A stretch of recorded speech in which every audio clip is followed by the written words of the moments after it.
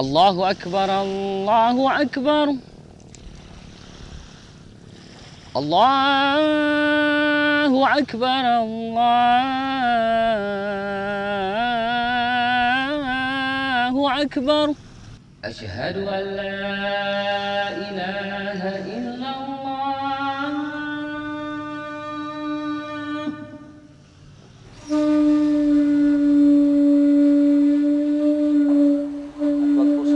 It is the holy month of Ramadan, the 9th month of the Islamic calendar, a month full of mercy, forgiveness, and reward of good deeds, where Muslims all over the world abstain from food and drinks, from the break of dawn until the setting of the sun.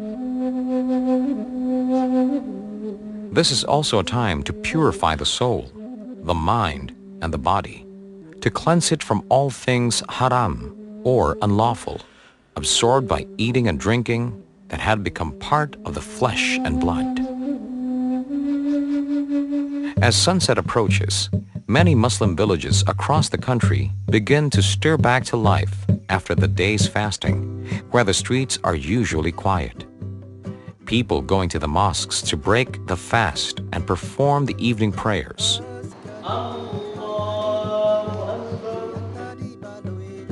Kitchens become busy as meals are being prepared to end the fast for members of the household, as well as those in the mosques.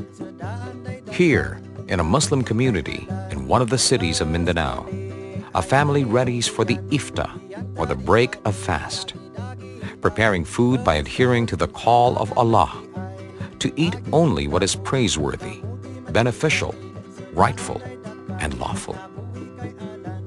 This whole approach to producing and consuming food is called halal, which is not just a specific type of food, but an expression of a whole way of life of Islam, a testament of faith. Muslims living in multicultural urban cities often struggle to find food that is safe, prepared in accordance to what is halal, often wary of food being served in restaurants, food chains, and food manufacturers, including those which claim as halal certified. The question of contamination will always be there. That's why other certifiers will never accredit a food outlet halal certified unless the owners would agree or would consent to some guidelines, will agree on some conditions prior to certifying either the entire list of menu or some of the menu that are being offered. Problems in sanitation, lack of scientific understanding, and the urgency to earn profit were just a few of the setbacks in the halal industry. But perhaps the more important reason was the absence of a much deeper perspective of the true essence of the word halal.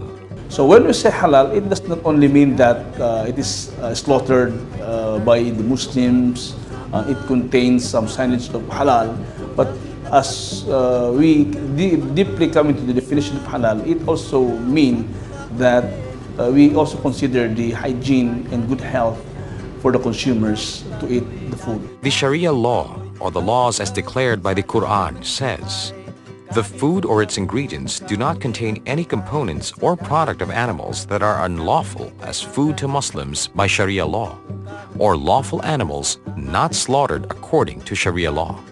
The food does not contain ingredients that are considered najis or inherently filthy by Sharia law. It is not prepared, processed, or manufactured using equipment contaminated with things that are najis according to the Sharia law. During its preparation, processing, storage, or transport, it should be fully separated from any other food that does not meet the requirements of the above definitions or any other things that have been decreed najis by the Sharia law.